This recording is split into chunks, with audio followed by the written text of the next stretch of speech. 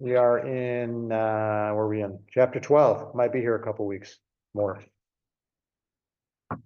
If ever there was a key chapter, this is it.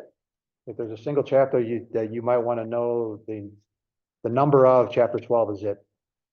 The importance of these 3 verses is out of all proportion to the amount of text they get in the Old Testament. And what's interesting about it is none of this, there's no promise of land in this statement here. But the word nation implies land. I will make you a great nation. But he's not going to say here, How much? I will give this land to you. He will say that in a little bit. And it won't become codified until chapter 15 with the covenant. And what's interesting about it is all the rest of this stuff, everything about the nations, that just drops off the map in Israelite history. The only thing that mattered to the Israelites was the land. The nations were an appendage to their understanding of they were an exclusionary people. So the point was to mark a boundary between their people and the surrounding nations. But what's ironic is they couldn't get the nations out of their own territory. And then eventually they started forming alliances with the nations. It's interesting, all of their interactions with the nations pretty much were negative, had a negative influence on Israel, if you even think of Solomon and, the foreign wives and the treaties and so on and so forth.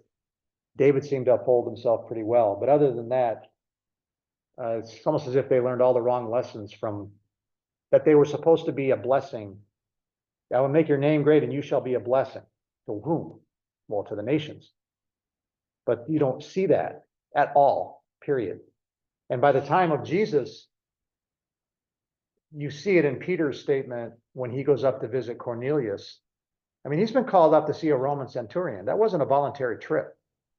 When a Roman centurion summons you, he had the visit from the angel, and this God-fearing Roman sent either, I think it was 2 soldiers and 1 servant, a slave, or the other way around, to ask Peter to come up. It's not voluntary.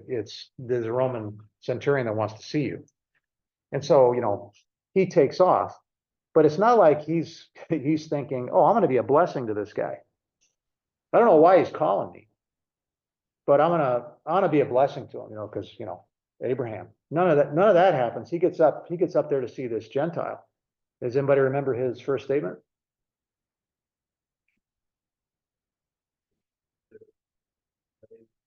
It caught some why he's there in the first place. And You know, Gentile, how unlawful it is for us Jews to associate with you people. It's just this haughty, learning all the wrong lessons. I mean, this is Peter, for crying out loud. This is Acts chapter 10. It's not Acts 1 before the outpouring of the Spirit. It's 8 chapters after the outpouring of the Spirit, or 7 chapters. So, there's a learning curve involved in these things. But they did not recover this idea of the blessing they were supposed to be to the Gentiles. They're not going to recover that until, let's call it, Acts chapter 15 in the New Testament period, when James writes the letter. We're going to write a letter to the Gentiles, welcoming them, us Jews officially welcoming them in to the people of God as equals. Then we're going to start now we understand what he meant by we're going to be a blessing. Abraham's going to be a blessing to the nations. That's Acts chapter 15. From Genesis chapter 2, however many chapters of the Bible that is, to Acts chapter 15, before that's sort of formally understood and accepted on the part of the people, the Jewish people of God. Did you say this chapter 12 does not promise him land? I don't. It's conspicuous by its absence. But it does say to the land, which I will show you. Yeah, go to the land that I will show you, and you would expect the next statement to be something like, because I'm going to give you that land. Okay. Because what's Abraham going to do? if he understands that he's gonna get the land, what's he do after he gets, what's the first thing he does after he gets to Shechem? He goes to, He goes to Egypt. But did he ever plan on coming back? I mean, he's looking at me like he's settling in. And we'll see that story shortly, but well, then You know. later he says, to your descendants, I will give this land. Exactly. So, yes, now he'll eventually get to it. But the part that, this little concise statement of his were they call, two different times? we'll take a look at that now and then we'll go back to the promise. No, that's a separate appearance, almost as an afterthought. It's an addendum. It's like when he's in the land. Yes. He says it. Yeah, this land. Now that you're here, I'm gonna tell you that you're gonna get this land. But what's also interesting about this is remember who's writing this, Moses. They're going to the land. So you would think, I mean, that's their journey. Their journey is to Canaan in fulfillment of the covenant that's coming up to get the land. And so you would think that the land would be more prominent in the call of Abraham out of Haran, but it's not. It's not until it's that just-in-time thing we were talking about last week. It's not till he gets to the land that, okay, now I'm going to tell you, you're going to get this land. After which he promptly goes to Egypt. I think a lot of it too is, I mean, Abraham wasn't a God-fearing man when God came to him. He was worshiping other idols.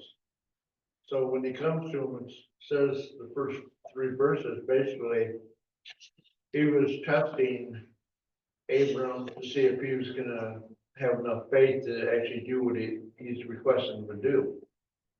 So he's not necessarily, he's letting them know what's gonna happen in those verses, but he's kind of testing Abram or Abraham to see if, yes, are you gonna do you're not following me as a God that you've been following, you've been following idols, worshiping other gods. I'm coming to you in person, speaking to you, are you gonna go, will you go? Will you have enough faith to go and do what I have requested of you? Yeah, I would, I agree that we always we probably tend to overestimate the righteousness, spiritual purity of the people in the Old Testament. Jacob will have to tell his family, his clan, to get rid of their idols. They did not become a Yahweh worshiping clan until Genesis chapter 35. That's when he says, put away the foreign gods from among you, to his family, the 12 tribes. And you're going, put away the foreign gods. It's chapter 35 for crying out. We're two-thirds of the way through, almost two, what is that? Whatever that is. 35/50ths of the way through Genesis, and he's just getting around to, they're still worshiping idols. Joshua. And it does tell us in the scripture that Abraham was following other gods. Joshua chapter 24 specifically says that Terah and company worshipped other gods when they were in the city of the Chaldeans, whatever that is.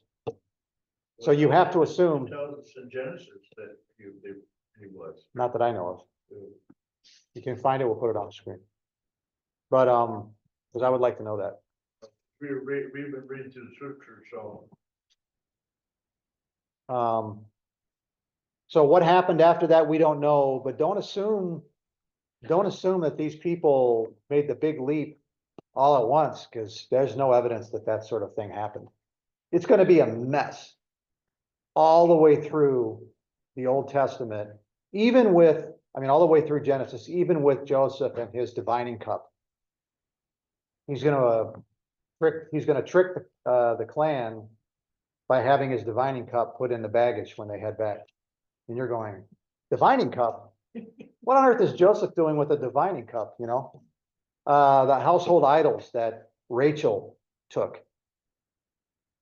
when she left Laban, there's a Laban, that's coming up. You get these little clues like that. The head, what was it, the idol head that David's wife, Michael, put in the bed to fool everybody, I forget, and you're going, what, wait a minute, what's going on here?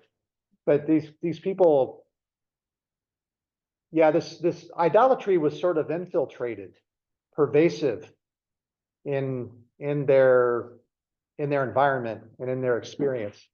And sometimes it made its way in.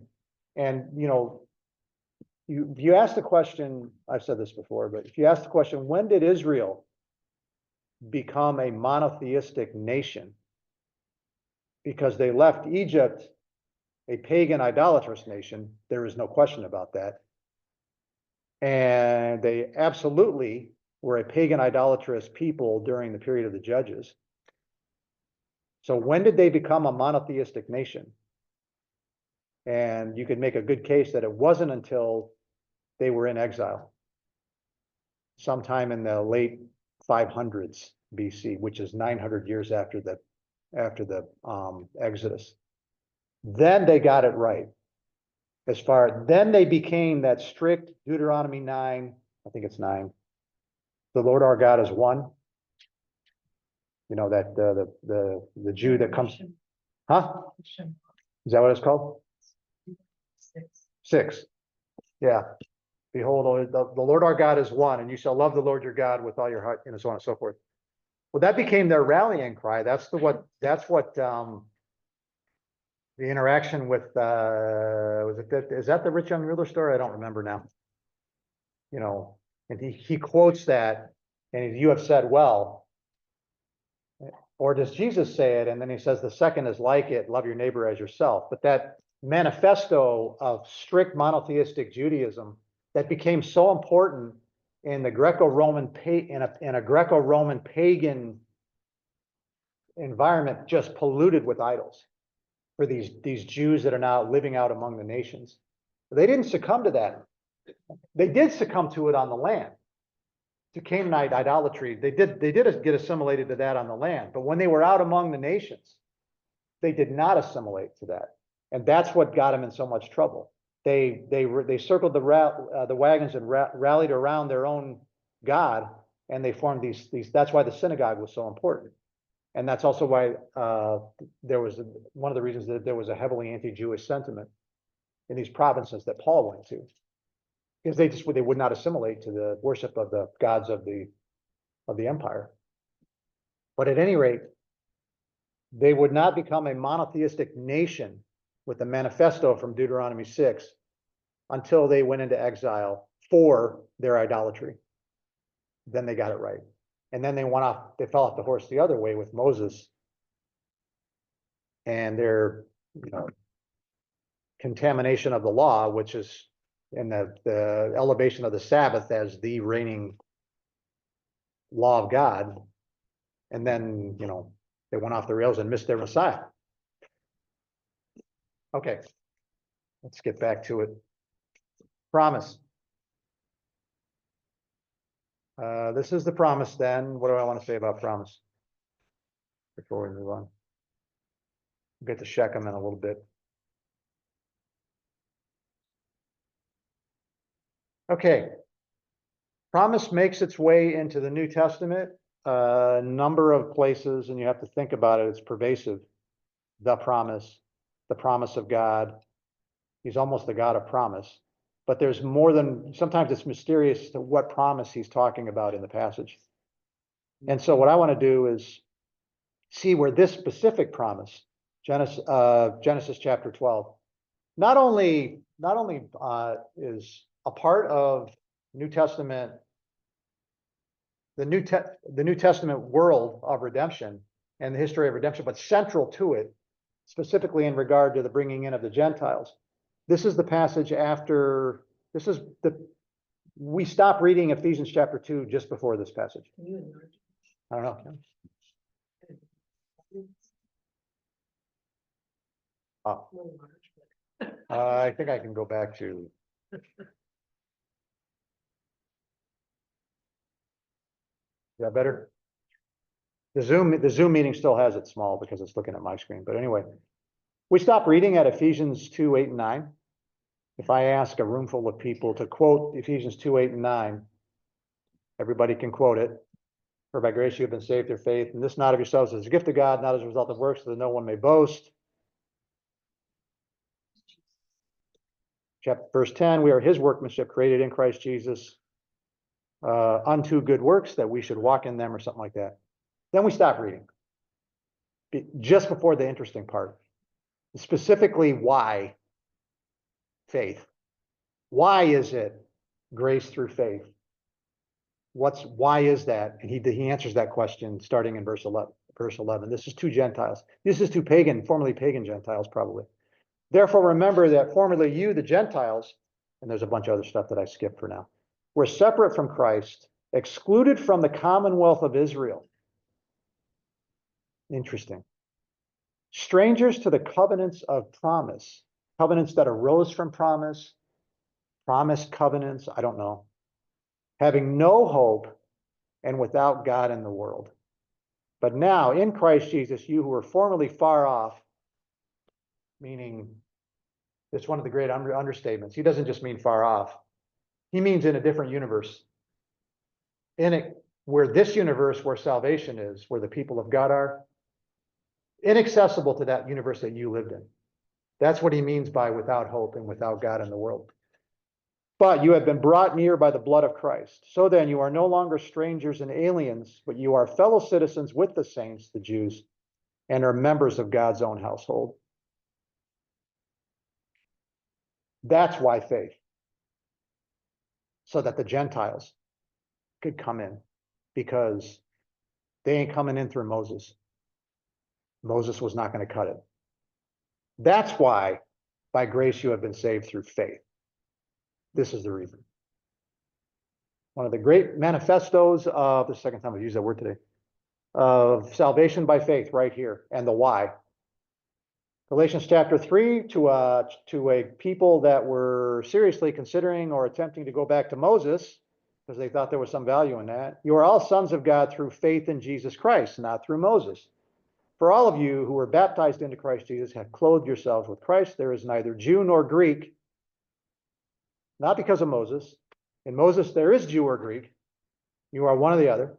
There is neither slave nor free. There is neither male nor female, for you are all one in Christ Jesus, not in Moses. Put this law stuff behind you. This happens through faith. And if you belong to Christ, then you are Abraham's descendants, heirs according to the promise. And he refers right straight back. Whoops. How did I get rid of this thing here? Anybody remember? Escape. No, if you hit escape, I may have to. I'll just go ahead and do it. No, that doesn't work either. Just a minute. Sorry, thank you for Hey, Robert, how do I get rid of this thing? You always say that.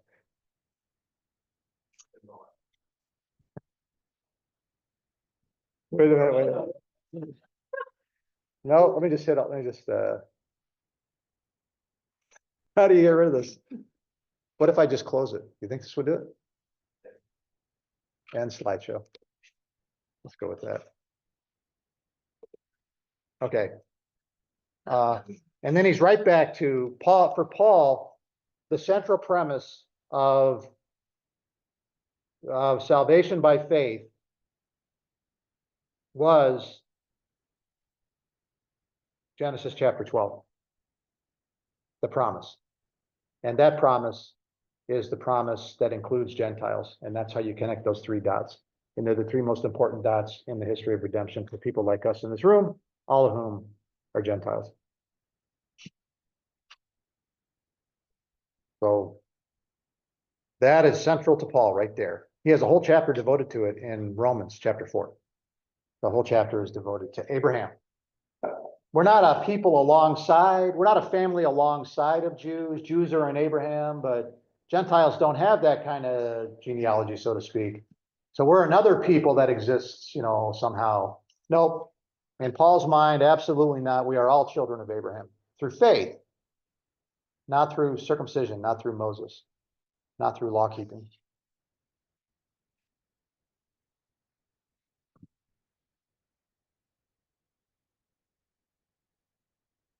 Okay. We already talked about the couple of these verses. Let's see. We looked at Joshua 24, where he just says it straight up. Your fathers, when they were on the other side of the river, worshiped other gods. And the reason he says that is he's going to eventually say to them, this is after the conquest. So put away the foreign gods from among you. He has to tell the conquest generation. Israel's greatest generation was the conquest generation. But they took that stuff, apparently, into the land with them. And Joshua says, no. Just like Jacob. It's like these resets. Jacob did it. Put away the foreign gods among you. That didn't stick. You know, you pick stuff up now in Egypt, 400 years in Egypt, an idolatrous nation, you pick up the worship of their gods. That first generation gets destroyed for it. That's the golden calf, chapter 32, and then the great rebellion in Numbers 14. And you think, oh, okay, this next generation, the sons, they got it all figured out. And they get to the land and you find out they're not so figured out after all. So they got to put the foreign gods away from them. On goes time, very little time, and they just right back at it until it just becomes, I mean, that story of Micah and the idol, where the Levites are going around basically nomadic priests, hiring themselves out to the highest bidder, to whatever god they can be a priest to. Incredible story. But the promise is not nullified. There's no condition on this. Hey, Abraham, if you this and this and this, then I will this and that. No, this is a given. This is a foundational premise of the covenant that he makes with Abraham, that the blessing will go to all the nations. This is the foundational premise of that covenant promise. They just didn't care about it. They only cared about the land. Verse 2, I will make you a great nation. I will bless you and make your name great. Remember chapter 11? Why it does this. Let us build for ourselves a city and a tower, and let us make for ourselves a name. Right there. Let us make for ourselves a name. Say the builders of the tower. God says, nope, you're not going to make a name for you're not going to make a name for yourselves, because I'm going to make a name. I'm going to make someone else's. I'm going to make a name great. I'm the one who does that, and that man's going to arrive in chapter 12, Abraham. So in your face, Tower of Babylonians, Babylese, babblers, whatever. So you shall be a blessing. I will bless those who bless you, and the one who curses you, I will curse. You will see that in both sides of that, almost Eastern religion reference there. You'll see both sides of that reflected in the Bible, where somebody is blessed. Jacob, and Laban is blessed because of Jacob. We'll get to the story. Jacob ends up in Paddan Aram, where he meets Laban, and God blesses Laban because of Jacob. And then you will also see the curse in just a minute, when God will curse Pharaoh for the sake of Abraham, because even unwittingly, Pharaoh has wronged Abraham, and you'll see this promise come into action. This part of the promise. Then you get Laban in 30:27. I have divined. How do you divine? That the Lord has blessed me on your account. Explicit. 39:5. This is Joseph in Egypt, referring to Pharaoh. Came about that from that time, Pharaoh made Joseph overseer of the house. And over all that he owned, the Lord blessed the Egyptian's house on account of Joseph.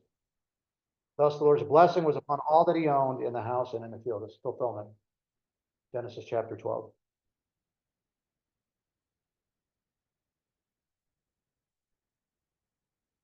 Okay.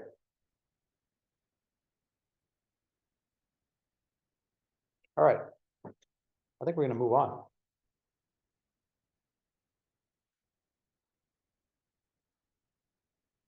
Don't stop me. I'm on a roll now. So Abram went forth as the Lord had spoken to him, and Lot went with him. Why? All we know is that his father is dead. What happened to the other son of Terah? Which one is Lot the son of Nahor or Haran? Nahor? What happened? Oh, Haran. Okay. What happened to him? What happened to Haran? I don't remember now. I don't want to go back and look it up. Anyway, Aaron went to another one, something that's basically, his son, Bethuel is the one that, Jacob, marries his two Oh. daughters. yeah, they part company and they take their own lines. He's dispensed with and moved out of the way. And the promise now forks, you come through Terah for the promise, and then you have Haran and Abraham, and now it's going to fork to Abraham. And you'll see that the rest of the book until you get to Jacob. Abram took Sarai. Let's see. Now, Abram was 75 years old when he departed from Haran. Wow. Abram took Sarai, his wife, and Lot, his nephew, and all their possessions which they accumulated, and the persons which they had acquired in Haran, set out for the land of Canaan. Thus they came to the land of Canaan. So you didn't even hear about it. To the land which I will show you, not explicit, to the land which I will show you, becomes Canaan. And now we know why the curse on Ham manifested in Canaan. Because he's going to say in a minute that the Canaanite was in the land in those days. So there's this confrontation coming, this final battle, if you will, between the Canaanite and the Israelite, between the God of the Israelites and the gods of the Canaanites. That's inevitable at this point. Abraham passed through the land as far as the site of Shechem to the oak of Moreh. Now the Canaanite was then in the land. Anticipation. The Lord appeared to Abram and said, to your descendants I will give this land. And there it is. Explicit. Genesis chapter 12, verse 7. That's the line that the Israelites cared about, and which we don't. It's the only part of the promise that mattered to the Israelites. It's the only part of the promise that doesn't matter to us, in a sense, historically. So he built an altar there to the Lord who had appeared to him. Was that his first altar ever? Is this when Abraham became a devout, monotheistic, Yahweh worshiping person? Then he proceeded from there to the mountain on the east of Bethel, pitched his tent, with Bethel on the west and Ai on the east, spelled Ai. That's how I pronounce it. I don't know how anybody else does it. And there he built an altar to the Lord and called upon the name of the Lord. So first in Shechem, that's his first altar, and then Bethel. And Abram journeyed on, continuing toward the Negev, meaning the south country. And you know what's on the other side of the south country? Sinai and then Egypt again. So let's just take a look here at Shechem. So here's Israel. Canaan, let's just call it Canaan. So Shechem's a country, not just a No, city? Shechem's a city, right? I see. Right here. Yeah, so here's Jerusalem. So it's practically right smack in the middle of the land allotted to the 12 tribes. They don't have Bethel. Do they not have Bethel on this map? They don't have Bethel. Or Ai, spelled Ai. But anyway, there's Shechem, first altar by Abraham. Noah built an altar. So you can see a pattern emerging. Noah gets out of the ark. His first action is to build an altar. Abraham gets to Canaan. His first action is to build an altar. And that won't be the only parallel. But here's the ruins right here. Notice that there's nothing built around it. And it's right by Ebon years. Yep, these people take their history serious. This happens a lot. I think there's a picture of, let's make this a little smaller. What they think is Jacob's well, there's a church or something on top of it. It's been for centuries like that. Jacob's well. So there's nothing built on it. And you'll see this all over the place. It's also interesting, the field of blood, the valley of blood, where what's his name? Judas fell and died. It's desolate, let his house be desolate. Peter says, let another take his office in Acts chapter 1. Well, you can go look at it. I've watched the documentaries of this on YouTube. And it's, you know, that land is really valuable because there's so many people and so little land. But you're going along and it's very densely populated, and then you hit this place and there's nothing. What is that called? Akeldama? Akel. Did I get anywhere close? I did, look at that. Not bad. But you can, when you look, when you see it, it's just this, got a good picture of it. Hard to tell. You're saying that's right there in that picture you were showing us? Yeah, it's populated, and then where the place where Peter says, let him be desolate or something like that. It's this. So you can see it's built around, and then nothing. Kind of weird. I think they take their curses seriously too. But anyway, that's Shechem. It's a very important city in general. Let's look at what else we got to look at here. So check, I'm just looking at a map of my Bible. Bethel's only like maybe about a quarter of the way north of Jerusalem, and Ai is just a little southeast of Bethel. So it's not even halfway between Jerusalem and Shechem.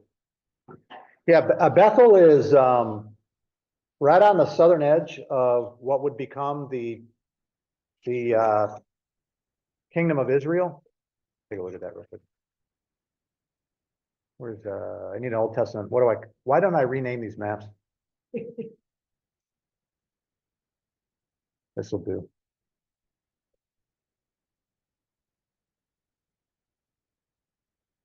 So the kingdom of Israel will be the 10 northern tribes. So there'd be a line like somewhere right here. Just like, all right, be right here, maybe just north of Benjamin, maybe.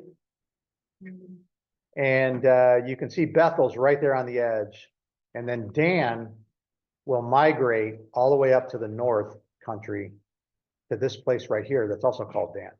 And these two places, Dan, and ironically, the second place where Abraham built an altar, which it should be venerated, these become their two chief centers of idolatry. Bethel in the south. Why? Because the people, they didn't want the people in the south traveling to Judah, to Jerusalem to worship.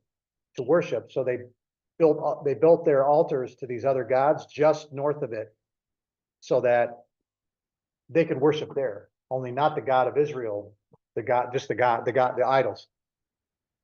And so they just bracketed with idolatry.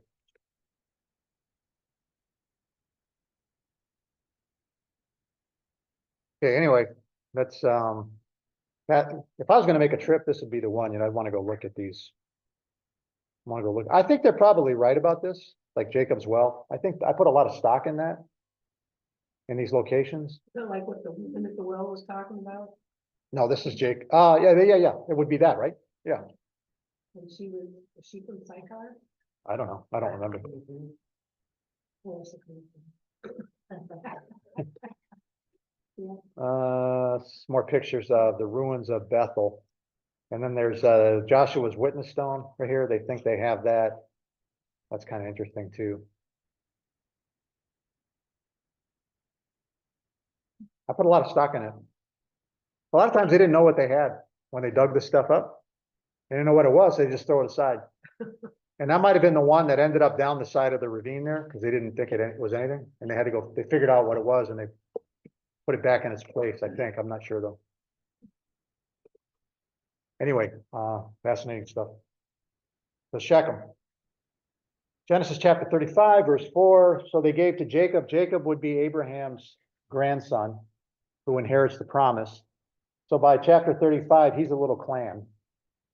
He's got all 12 sons and they're doing their thing. So they've got a family group. And it's at that point that God has appeared to him. And it's like this formal initiation ceremony where he dedicates himself to the worship of Yahweh, the God of Abraham, his father Abraham. And so now Abraham is going to become the God of the clan, because that's how things roll. The patriarch decided that kind of thing. Okay, our family is going to worship this God. That's what Jacob does here. Our family is going to be worshipers of the God of Abraham. Therefore, they gave to Jacob all the foreign gods which they had, and the rings which were in their ears. And Jacob hid them under the oak which was near Shechem. I don't really know why. I mean, what does that mean? I have no idea. So if you want to make sure they don't ever get them again, then burn it, and you melt them down or something. But I don't know. Genesis 30 was, forget about that. Let's see. Joshua 24, Joshua made a covenant. So where do you think he made the covenant with the people when they put away their foreign gods from among them?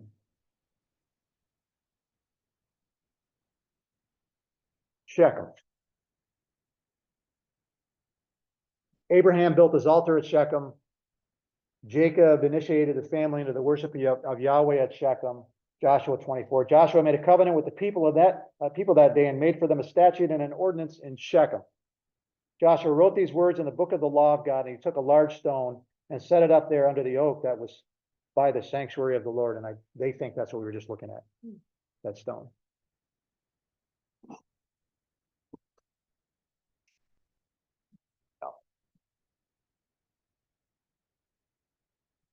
Some other places where Shechem comes back to Shechem a lot. Where was the guy who kidnapped the sister, Dinah? Dinar? Was that Shechem? Yeah. That's Shechem too? Yeah, I thought that's how the town went. it's a fascinating story.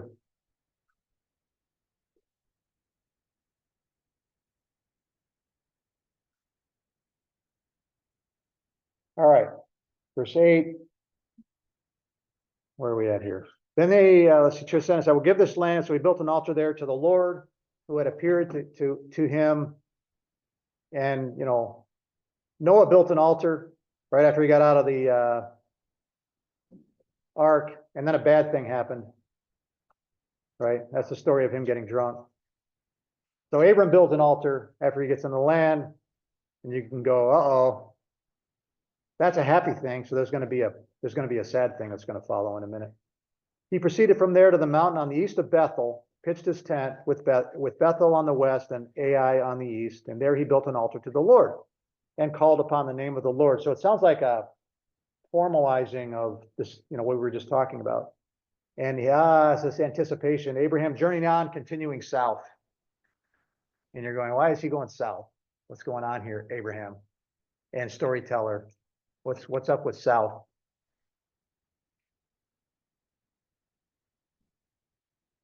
All right. How are we doing? We're doing all right. Now there was a famine in the land. Subject change, context setting, leading to the next event. So Abram went down to Egypt to sojourn there. Uh-oh. Wait a minute. I thought that Canaan was the land of promise. If Canaan is the land of the promise, what is Egypt the land of? Hard to tell. Because remember what we're talking about here. We're talking about, at the time of writing, we're talking about the nation that had enslaved them for over 400 years. And that they had just escaped with their lives from. And so now it seems to come back to Egypt a lot, and it won't be the only times. And in fact, it's continued on to this day. There's a strange relationship between Egypt and Israel, between the Jews and the Egyptians, that has continued even to this day. The Egyptians were the ones, ironically, prior to October 7, 2023, who sent a warning to the Israelis that Hamas was going to launch that attack, which the Israelis ignored. But it was the Egyptians who tried to warn them. All right, it came about when he came near to Egypt that he said to Sarai, his wife, see now, I know that you are a beautiful woman. 65? She's 10 years younger? Do we know the math on her age? Well, actually, he's older than I that. would say she's probably getting close to 90 years old. Yeah, yeah. Remember the ages, though. He's gonna live to 180 or something, so I don't know. I have no idea. Anyway, you are a beautiful woman, and when the Egyptians see you, they will say, this is his wife, and they will kill me, but they will let you live. Please say that you are my sister, so that it may go well with me because of you, and that I may live on account of you. Hey, Sarah, can you do me a favor? Can you just willingly go be a member of a harem to a foreign king after our God has promised to give us this land that we just left without any indication that God wanted us to leave that land? I mean, just the thing goes off the rails so quick right here. It's just like with Noah and the getting drunk thing. When he came to Egypt, the Egyptians saw that the woman was very beautiful, and Pharaoh's officials saw her and praised her to Pharaoh, and the woman was taken. Now she's just a woman. Was taken into Pharaoh's house, and therefore he treated Abram well for her sake. What did he tell Pharaoh that she was? It doesn't say here.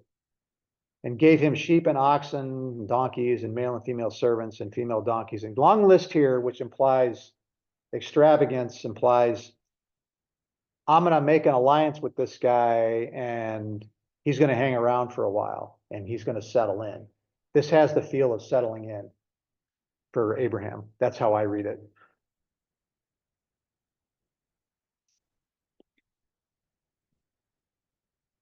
So as soon as he gets to Canaan, he leaves for Egypt. Go to the land which I will show you, and I will make of you a great nation. So he goes to the land that I will show you, that he has shown, and he keeps right on going out of the land. So from the divine standpoint, from the divine narrative standpoint, that just won't do. He's got to end up back in the land somehow. Let's see how he ends up back in the Must have land. been a fair amount of time, because if he's going back, is there still a plague or a famine? Famine?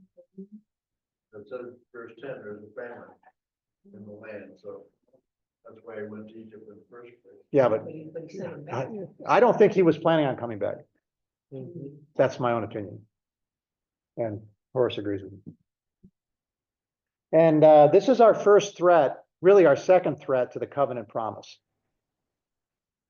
Because he's been promised the land, verse 9, is it? 7, whatever it is. Yeah, 7. He's been promised the land, and he's left the land. And he has all the appearances of the Egyptians, or he's going to settle in Egypt with all this stuff that he's got. And his wife is going to be in the harem.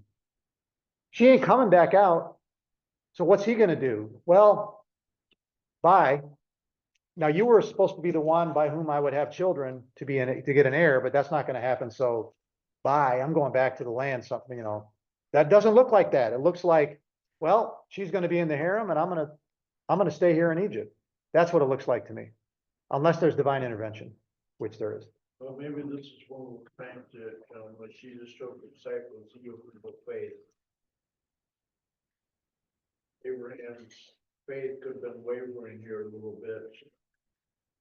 And, so that's why he decided to take things into his own hands, just like we do even today, take things in our own hands and they'll let God, be in charge, so. You're overcoming a lifetime's worth of understanding of deity and how closely you hold to how closely the deity is to your identity. And for people that originated in idol worship, you don't have any personal relationship with these idols. It's strictly ritualistic. You want something, and you know the rituals that you need to perform to entice this God to do what it is that you want. So you do those things. It's entirely impersonal. It's not like you love the God, and so you're gonna, we have such a close personal relationship, me and this God. That's not how this idol worship went. And so he's got a long road. He's got a road to travel to erase all of that. He's dealing with something he's never, ever had to deal with before. In terms of what he's going to have to redefine, just like the Israelites that Moses is writing to, reorient, redefine, reframe their entire understanding of what deity is. This deity is not like anything you've ever seen before. Oh, and none of those other ones are deities, first of all. This one's the creator. I wrestle with thinking what it would be like to be in a society where they're worshiping idols. What would I be thinking myself? You know, Did you originate in it? that if I was brought up, You'd be thinking the same thing. yeah, but for us, it just doesn't make sense. But for me, it would, if I was in that situation. Yeah, that's why it's important to, before you can understand these peoples, you got to get inside their world. And you can write a whole thing on Abraham, why Abraham went wrong here, but chances are you're going to project onto him your own mindset and development, rather than trying to understand his background and where he came from. And what, a couple of visits from God? Some God appears to him. As far as he knows, it's the God of Canaan. These guys believed in local deities.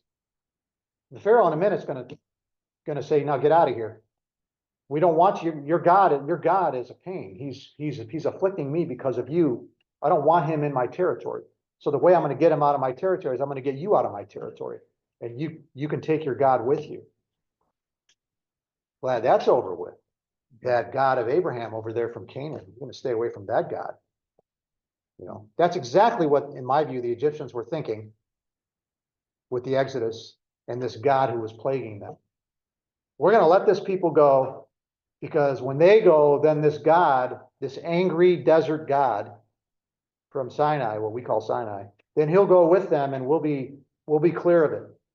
And that's exactly what the Philistines were thinking when they put that ark that had made ruins of their cities. They put that ark on a cart, set it up the road, and watched that thing leave Philistine territory and go up to Beth Shemesh, back to Israel. And they went, man, I'm glad we got rid of that God.